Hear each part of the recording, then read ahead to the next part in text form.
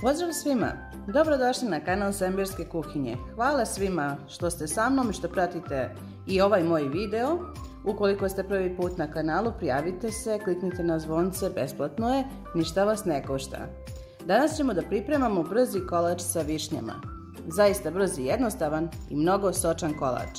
Sezona je višanja, pa trebamo da iskoristimo to divno voće.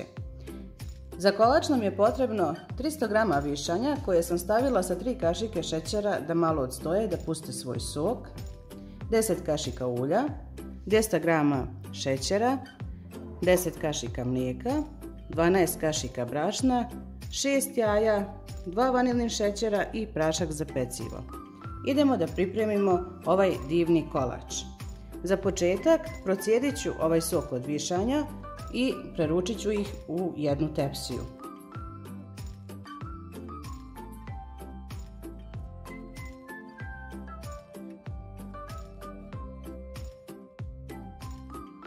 Tepsiju pouljite i odsjeđene višnje, koje su već zaslađene, pospajemo po dnu pouljene tepsije.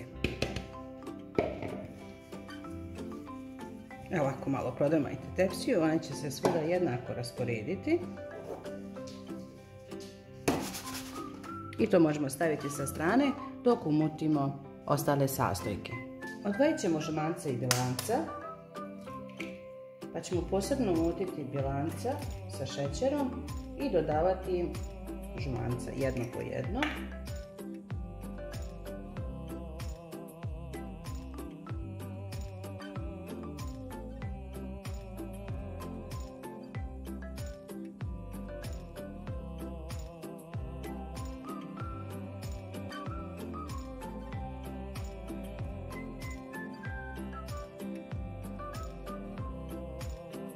U ovu smjesu ćemo dodati 2 vanilnih šećera,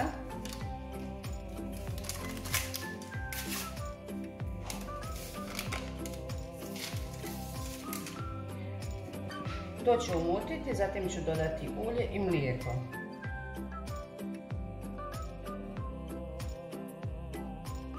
Smjesa je umućena, mikser nam više neće biti potreban. U brašnu dodamo prašak za pecivo,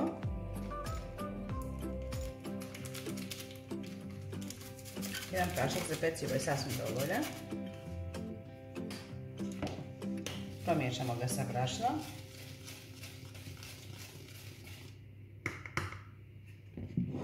I brašno dodajemo u smjesu sa jajima. Pomalo i miješamo sa žicom.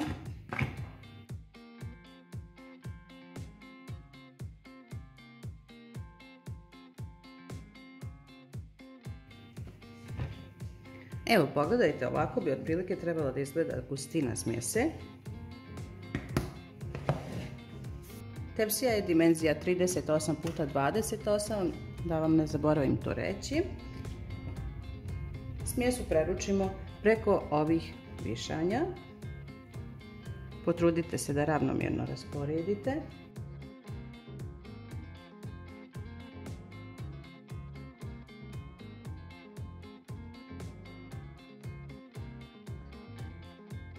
Malo prodrmajte tepsiju da se smjesa svuda jednako raspodijeli i stavljamo u zagrijanu rernu da se peče nekih 40 minuta.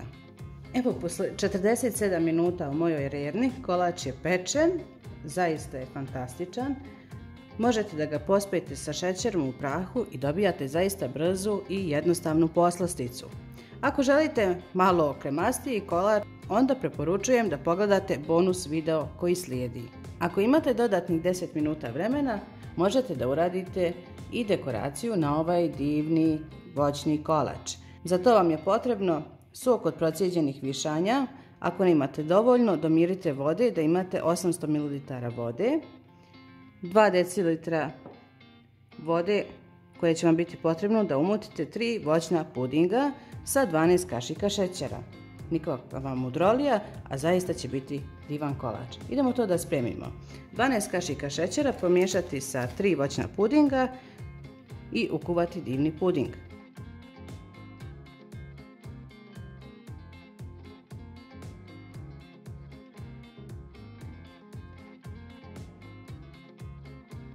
Puding je ukuvan.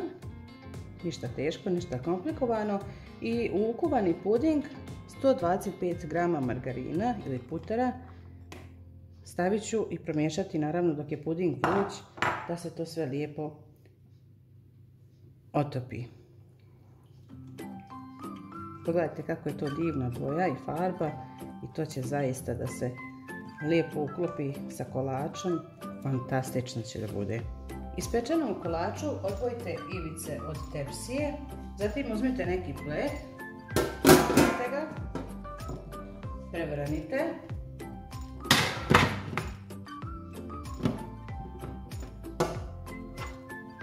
Pogledajte kako on divno izgleda.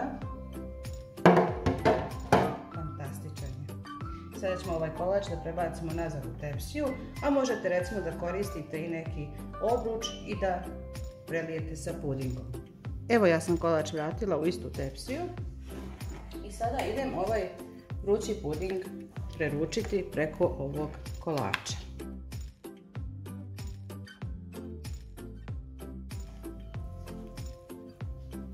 Lijepo rasporediti puding po kolaču i pustit ću ga da se ohladi.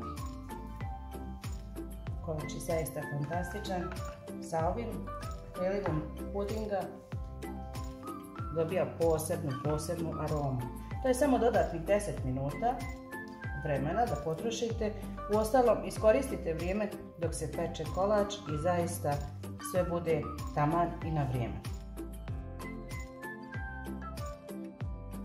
Kolač ide na hlađenje, po želji ga možete ukrasiti poslije sa šlagom, a možete ga jednostavno i ovako konzumirati. Nadam se da vam se video svidio, nadam se da ćete mi ostaviti komentar kako vi pravite neki voćni kolač i do sljedećeg videa ostanite mi zdravo. Naravno, ne zaboravite da kliknete na zvonce i da se prijavite na kanal i da lajkujete video ukoliko vam se dopada.